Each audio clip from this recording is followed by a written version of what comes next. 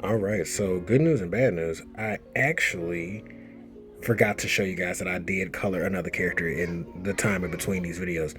That's Felicity. That's the main character of Normal Girl. I drew her on a live stream with my friend, the Mad King Comics, and sadly enough, you didn't get a chance to see that. But today, we're going to fix that. And we're going to color Beatrice Armstrong. So, over here to the left on this poster that we've been working on together, this is one of the most notable hero characters in the story. Her name is Beatrice, and she has been the number one hero in the world of Normal Girl for a very long time. Like generations worth of heroes have come and gone, with her still holding that position. Now, the funny thing is about this is that something that is a very common theme in my story is that I tend to lean on characters who do not have superpowers. Now, the difference between her and the person who replaces her to her right, which is Trent, she doesn't have any like super strength, regeneration, no things like that. She's technically like the female Iron Man of this world. So it becomes that her gadgets and her suits of armor and her technology or her access to it are her superpowers. So her resources are her superpowers. Those who help her create and design the suits are her superpowers. So when it comes down to being a CEO of a major pharmaceutical company, she has access to a lot of different things that have improved her various weapons and her various tactics. So that's how she's able to maintain that position in a world where everything is far from normal.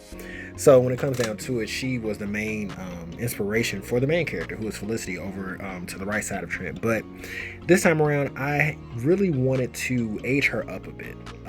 When you see her in the comic book, I draw her at various stages in her life. So you'll see her young, you'll see her old, you'll see her at a midpoint in her life, and it's just like at this point, I was just like, I want to draw her as close to as close to an elderly age as possible.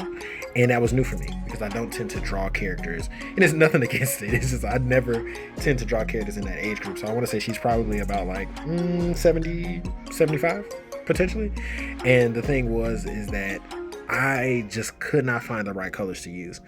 When it comes down to using these acrylic markers, which I really do enjoy, it is a very big like therapeutic thing for me. It's hard to really give black people the love that they need. So what happened was I tried a new tactic out, and that was to color a dark layer first and to lighten it up with highlights of like oranges and lighter browns, maybe even peaches.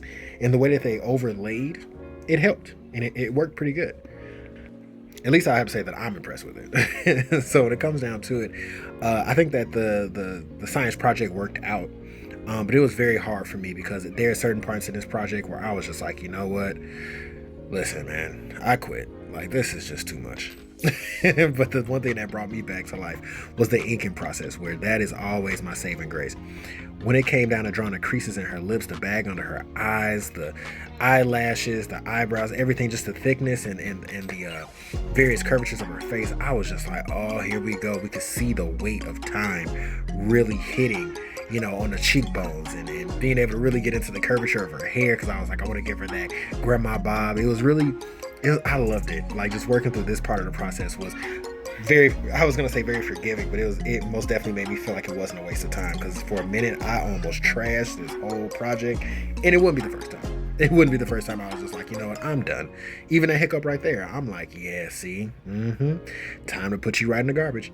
But I didn't. I held on to it, and I went ahead and added a little extra details, and just continue to press on, which I think is very important when creating art, is not to give up on the process. It's just to allow it to, in short, create itself. It's very hard to do that at times, especially when you have the visual in your mind. But the more and more you work at a thing, you'll continue to be like, you know what? It's taking on legs of its own, and I'm willing to see where it's going to take me. So there's been some hiccups in this video that I've decided to fix using the markers. Like when it comes down to the inking process, maybe I don't like where certain lines are. The acrylic paint will actually allow me to color right over it.